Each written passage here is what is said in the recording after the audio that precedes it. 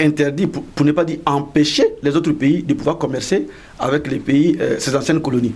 C'est pourquoi la France, effectivement, va imposer effectivement cette monnaie-là le 9 septembre en disant aux économies de ces territoires-là que désormais, si vous voulez exporter, vous devez passer par la France. Si vous devez importer, vous devez passer par la France. Et c'est alors qu'on crée, je dis bien officieusement, la zone franc. Et officiellement, je dis bien officiellement désormais, la zone franc va naître le 26 décembre 1945, le jour où la France va déclarer sa parité, c'est-à-dire sa propre monnaie au FMI. Et la France profite pour déclarer effectivement aussi la parité de ces monnaies, je vais dire, sous-multiples, dont le franc CFA aussi au FMI. Et à l'époque, un franc CFA équivalait à 1,7 franc français. En clair, à l'époque, déjà en 1945, le franc CFA était plus fort que le franc français. Économiquement, qu'est-ce que ça dit? Économiquement, ça veut dire qu'il faut donner du pouvoir d'achat aux anciennes colonies pour que ces colonies-là puissent acheter en France. Et effectivement, décourager aussi. Parce qu'on vous donne un pouvoir d'achat de tout acheter en France. Du coup, vous ne construisez pas déjà une industrie légère chez vous. C'est ce que vous devez comprendre déjà. La production locale. La production locale. Donc déjà, en permettant au franc CFA, déjà en 1945, d'être une monnaie forte par rapport au franc français, la France décourageait ainsi l'industrie en Afrique. Voyez-vous, c'est-à-dire l'industrie dans ces anciennes colonies. Et en 1948, un franc CFA valait 2 francs français. Un franc CFA valait 2 francs français. Le contraire aujourd'hui. Le contraire aujourd'hui. Et ce n'est qu'en 1960 qu'un franc CFA va équivaloir à 0,0 francs français. Pour que ce soit dévalué en 1994, un franc CFA égale à désormais 0,01 francs français, etc. Alors avec vous, on revient sur les principes. Bon, donc les principes, il fallait qu'on donne d'abord l'histoire de cette monnaie-là. Et pour les principes, fondamentalement, les principes qui ont été édictés, pour ne pas dire élaborés par la France et ses anciennes colonies, sont 4 principes fondamentalement. Le premier principe, c'est la parité fixe. Ça veut dire en clair, en se rasant chaque matin, le directeur, pour ne pas dire le gouverneur de la BCEAO, il a un seul objectif, c'est de maintenir 1 euro égal à 655 957 ZOF. ZOF, effectivement, c'est le code ISO, effectivement, de notre monnaie CFA. Donc, c'est une parité fixe entre la France, n'est-ce pas, et ses anciennes colonies, et aujourd'hui, entre les anciennes colonies de la France et la zone euro. Donc, le premier principe, c'est la parité fixe. Le deuxième principe, c'est la libre transférabilité des fonds. En théorie, les fonds peuvent circuler librement, je dis bien librement, entre les 14 pays de la zone franc et la France. C'est-à-dire que si je prends dans ma mallette, je prends des milliards que je... On constitue que les 14 pays de la zone franc, c'est les 8 pays de l'UEMOA et les 6 pays de la CEMAC en Afrique centrale. Et la France. Oui. Donc, deuxième principe, la libre transférabilité des fonds. Troisième principe, c'est la convertibilité illimitée. C'est-à-dire qu'en théorie, je dis bien en théorie toujours, on nous dit effectivement que notre monnaie est convertible. C'est-à-dire en clair, tous ceux qui ont notre franc CFA en dehors de notre zone peuvent échanger ces francs CFA-là contre une autre devise. Ce qui est d'ailleurs faux. C'est pourquoi j'ai dit en théorie. Donc, et cette convertibilité illimitée, c'est ce qui permet effectivement à la France de pouvoir voler 50% effectivement de nos réserves de change, puisqu'on nous oblige aujourd'hui, nous, anciennes colonies de la France, de déposer 50% de nos réserves de change. C'est quoi les réserves de change? Au trésor français. C'est des réserves de change, en clair, pour que les téléspectateurs comprennent. Quand vous vendez votre cacao sur le marché international, vous vendez votre pétrole sur le marché international, ce que vous avez sont des devises. Et ces devises-là, vous devez déposer la moitié de vos devises dans un compte qu'on appelle le compte d'opération qui est ouvert au trésor en France. Pour le compte de chacun. C'est pas un fonds de garantie, par exemple. Mais pour la France, c'est ce fonds de garantie qui doit permettre à notre monnaie d'être convertible. Mais je suis en train de vous dire, monsieur, que notre monnaie n'est pas convertible. Vous pouvez essayer, vous pouvez aller en France. Vous pouvez avoir on n'a jamais récupéré quelque chose dans cette... Vous pouvez avoir vos francs CFA en France, allez-y dans une quelconque banque et dites, j'ai des francs CFA, je veux l'euro. Vous verrez, vous comprendrez la réponse du moniteur ou bien du monsieur ou la dame que vous verrez là-bas. Le franc CFA pratiquement n'est pas convertible. Alors, bon, Jacques Aubry, on a écouté le docteur qui a donné les principes du franc CFA. Alors, pour certains économistes qu'on écoute, les avantages du franc CFA, les avantages de la parité fixe, le fait que le franc CFA soit arrimé à l'euro, a permis quand même une certaine stabilité de l'économie des zones, des pays de la zone franc, notamment la maîtrise de l'inflation qui est vraiment... une maîtrise autour de 1%, qui est quand même différent des autres pays à parité flexible. Votre commentaire? Non, comme je le disais tout à l'heure, il n'y a pas eu que des mauvais côtés au niveau des accords économiques qui entre les pays de la zone franc et puis la France. Il n'y a pas eu que de mauvais côté. Quand vous voyez le niveau de nos économies, hein, vous savez que face à certains chocs exogènes, ça aurait été difficile peut-être qu'on puisse les supporter. Voilà. Et ce qu'il faut dire, c'est que nous sommes arrivés à un moment où nos économies ont évolué en fait. Elles ont évolué. Et il faut voir en termes de perspective en fait. Si aujourd'hui vous voyez que ce débat-là il a ressurgé, c'est parce que les perspectives économiques pour l'Afrique, elles sont reluisantes. Voilà. Et aujourd'hui les défis sont importants, les défis sont majeurs. Vous voyez tous les pays, la plupart des pays de l'Afrique subsaharienne ont lancé des plans d'émergence. Mais ces plans pour arriver à l'émergence, on ne pourra véritablement, je peux dire, on pourra être couronné de succès si véritablement tous les leviers d'une politique économique ne sont pas mis en œuvre. Maintenant, de là peut-être à aller directement à une indépendance monétaire, je pense que à ce niveau-là, sur le principe, on peut être d'accord du fait qu'on a besoin de tous nos leviers, aussi bien le levier de la politique monétaire que le levier de la politique budgétaire. Mais je pense que, vu le niveau de nos économies, mais le niveau en fait de gouvernance, c'est surtout ça en fait, le niveau de gouvernance de nos États, je pense qu'il y a un petit travail à faire. Alors, pour être plus clair, Jacobi, vous estimez qu'on n'est pas encore prêt pour aller à la parité flexible ou même pour avoir notre propre monnaie, comme certains économistes qui estiment que le franc CFA a fait preuve d'une certaine résilience. Oui, non, ça il faut le reconnaître. Mais quoi qu'il en soit, il faut reconnaître que aussi le fait qu'il y a une parité fixe a fait qu'au niveau de cette politique-là, elle n'a pas de dynamique en fait. Voilà ce que Carlos il disait tout à l'heure, il n'y a pas très longtemps, il disait que on ne peut pas avoir une politique monétaire qui soit immuable pendant des dizaines d'années. Ça n'a pas de sens. Voilà. Pour dire la vérité, je ne suis pas d'accord avec votre terme de stabilité. En fait, toutes les études démontrent effectivement que dans les années 70, il faut que je vous rappelle ceci, dans les années 70, ce sont les périodes, je vais dire, glorieuses pour tous les États africains, surtout les États de la zone franc. Donc, sur cette période-là, effectivement, tous les économistes sont unanimes pour dire qu'effectivement, il y avait la stabilité du taux d'inflation, tout et tout. Mais le problème n'est pas fondamentalement axé sur la question de la stabilité de l'inflation ou pas. Le problème, fondamentalement, c'est qu'aujourd'hui, il y a un choix à faire entre quel taux d'inflation nous pouvons tolérer dans nos économies pour avoir plus de croissance. Ce qui intéresse aujourd'hui les Ivoiriens, ce qui intéresse les compatriotes de la zone franc, ce n'est pas qu'on ait 5% de taux d'inflation.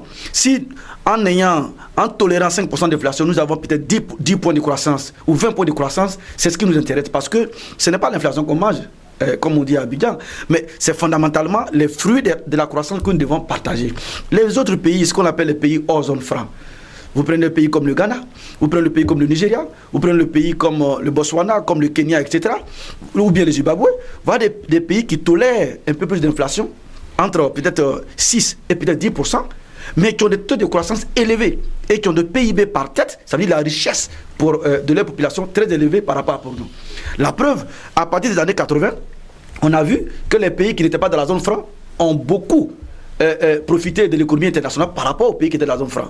Donc, diantre, je souhaite qu'on nous laisse un peu de côté cette affaire de stabilité de la monnaie ou des taux d'inflation. Le taux d'inflation, je vais vous dire encore une chose, il faut que je précise, le taux d'inflation n'est pas un problème en tant que tel pour une économie. Fondamentalement. Nous, en économie, on appelle ça le ratio de sacrifice. C'est-à-dire qu'il y a un trade-off, il y a un arbitrage à faire entre l'inflation et la croissance. Si en tolérant un peu plus d'inflation, nous pouvons avoir des points de croissance, on le fait. Et d'ailleurs, c'est ce que nous ne faisons pas dans notre zone.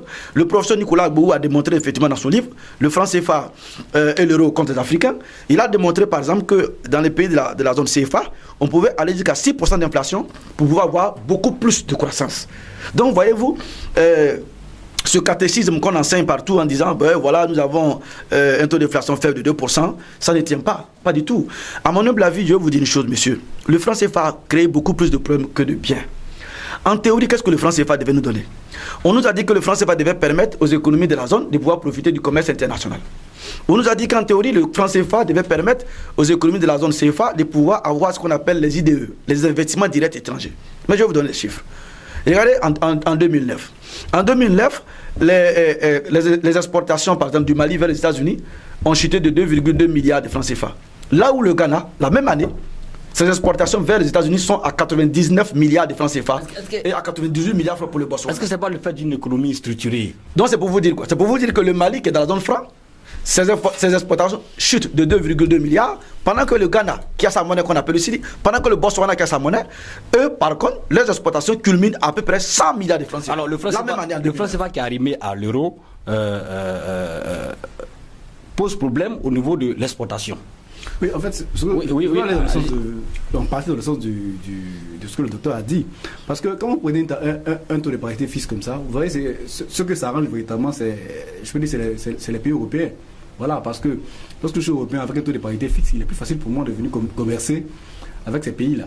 Voilà. Et nous, en termes de partenaires commerciaux, ça nous pose un problème. Ça nous pose un problème en matière de diversification des partenaires commerciaux. Parce qu'il y aura la barrière de la monnaie. C'est ça. Voilà. Avec des pays qui utilisent le dollar, ce sera un peu plus compliqué, puisque aujourd'hui le dollar est fort, il est monté, tandis qu'on a un taux de parité fixe avec l'Europe. Donc du coup, il y a une surévaluation de notre monnaie. Voilà. Et quand votre monnaie est surévaluée, vous êtes moins compétitif sur le marché international. Et donc la production locale, elle devient chère. Or, ceteris paribus, c'est-à-dire toutes choses étant égales par ailleurs, quand vous prenez deux marchés, effectivement, le monde, c'est-à-dire le reste du monde, c'est-à-dire les autres pays, iront effectivement acheter des produits pour ne pas des productions moins chères par rapport aux productions chères. C'est ce qui est d'abord raisonnable, c'est ce qui est d'abord rationnel. Alors, le temps déjà pour ce premier sujet. Très rapidement, oui. J'ai voulu que vous donniez votre avis sur cette question pour terminer avec ce premier sujet-là. C'est que au niveau de la CEDEAO, on devrait avoir une monnaie unique en 2020 et la première phase, c'était que les pays de la ZMAO qui ne partageaient pas le franc CFA aient leur monnaie en 2015 et les autres pays j'allais dire les pays de l'UEMOA et les pays de la ZMAO devraient ensemble converger vers une monnaie unique qui devrait être l'éco en 2020. La première phase n'a pas eu lieu. Alors, d'où est parti le problème, Borja Kobri? Non, il faut comprendre, en fait, il y a ce qu'on appelle des critères de convergence au niveau de l'économie qu'il fallait mettre en œuvre, en fait, au niveau de chaque pays. Mais sûrement que c'est à ce niveau-là que les choses je peux dire, mettre du retard. Les banques centrales devraient quand même... Comme dans le franc CFA, je pense qu'au niveau de nos économies, le plus gros problème dans notre zone, c'est un problème de gouvernance. Voilà, parce que nous sommes d'accord. Moi, je peux dire c'est la chapelle que je défends. Nous sommes d'accord que nous devons faire le pas pour aller vers la maturité. Il faut que maintenant nous ayons tous les leviers de nos politiques économiques, que ce soit monétaire, que ce soit budgétaire. Mais à ce niveau-là, il faut que les États africains fassent plus de maturité à tous les niveaux. Parce que quand vous regardez les différents classements au niveau de l'indice de perception de la corruption, il y a trop de déperdition au niveau de nos économies. Nos économies ne sont pas assez diversifiées. Voilà. Donc, mais c'est la monnaie, c'est le franc CFA qui empêche nos économies d'être diversifiées, monsieur. C'est ça le problème fondamental. On prend le cas du Nigeria. Le Nigeria a 80% de ses recettes qui proviennent du pétrole. Oui, mais le Nigeria, quand même, vous comprenez que le Nigeria a fait un pas de 2015 à 2017. Le Nigeria est devenu quand même une économie dont, effectivement, les bases, effectivement, sont en train d'être structurées. Sont en train d'être structurées. Non, mais par exemple, le Nigeria a une économie quand même diversifiée. Le coût du pétrole ont baissé. Le Nigeria a quand même une économie diversifiée. Ce que vous devez comprendre, monsieur Kobri, le franc CFA a beaucoup plus de défauts que de force. Prenez d'abord le premier principe sur la parité. Nous venons de dire que la parité fixe ne nous arrange pas.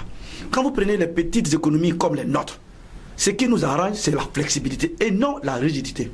Vous l'avez dit vous-même, qu'en étant dans la rigidité, effectivement, nous ne profitons pas de la mondialisation. Deuxièmement, le franc CFA, effectivement, favorise effectivement les sorties de capitaux. Entre 90 et 80. Votre avis rapidement sur la question de la ZMAO pour qu'on aborde le second sujet. Oui, mais... en fait, c'est ce que nous voulons soulever ici. Avant d'aller sur le second sujet, il faut qu'on soit clair. C'est la question. Oui, je pense qu'il y a notre point de vue, c'est que le franc CFA a beaucoup de défauts, comme je suis en train de le dire. Le franc CFA, par exemple, n'a pas aidé les économies de la zone à se développer. Je vais vous donner simplement. En 2015, quand vous prenez le PIB par tête, par exemple, en termes de PPA, c'est-à-dire parité du pouvoir d'achat, le Ghana a un PIB par tête de 4 500 dollars, là où la Côte d'Ivoire a 3 500. Et là où la Guinée a 1 200 dollars par tête, notre pays qu'on appelle le Niger, qui est un pays de la zone franc, parce qu'effectivement, comme Kobri l'a dit, on cite à tort et à travers le mauvais exemple de la Guinée en disant oh oui, la Guinée a une... Non mais, docteur donc vous voyez que le franc CFA n'a pas enrichi les économies de la zone franc par rapport aux pays qui ont leur monnaie. Est-ce qu'on peut avoir votre avis sur... Donc du coup, mon point de vue d'abord, pour donner mon point de vue sur la ZMAO, j'en viens. Mon point de vue, c'est que le franc CFA, les pays africains sont matures, les pays africains peuvent gouverner leur monnaie, parce que ce n'est pas c'est pas à la France, effectivement, de faire ce que j'appelle le biberonisme monétaire dans ce siècle présent. Il faut que les pays africains prennent leur destin en main. Parce que si on ne le fait pas, c'est qu'on n'aura pas de dîmes. Mais justement, en termes de destin en main, on avait déjà un plan pour nous permettre d'avoir une monnaie unique au niveau de la CEDEAO. Au niveau de la monnaie unique, la ZMAO, monsieur Paul, ce que vous devez savoir, tant que vous n'avez pas divorcé avec votre ancienne femme, vous ne pouvez pas aller dans un nouveau mariage. Le problème fondamental au niveau de la zone de la nouvelle monnaie éco qui devrait logiquement poindre du nez en 2020, logiquement, non, au niveau de la CEDEAO, logiquement, les pays hors UEMOA, ce qu'on appelle les pays de la ZMAO, devaient logiquement en 2015 avoir effectivement respecté déjà les critères de convergence. Et puis en 2020, on allait créer cette monnaie-là. Mais ce qui se pose fondamentalement, les pays de la zone franc, déjà, doivent régler leur problème avec la France. C'est-à-dire que soit ils sortent, il faut qu'on règle d'abord ce problème-là. Deuxièmement, il y a la question du leadership. Alors, vous voyez, vous n'allez pas demander à un grand pays comme le Nigeria de venir se mettre sous les ordres d'un pays comme la Côte d'Ivoire. Alors que le Nigeria a déjà expérimenté ce qu'on appelle l'expérience monétaire. Le Nigeria sait effectivement c'est quoi avoir une monnaie. Le Nigeria c'est tout ça. Et on nous demande aujourd'hui que le Nigeria vienne se mettre au niveau de ces petits pays-là. Donc il y a une question de leadership qui se pose.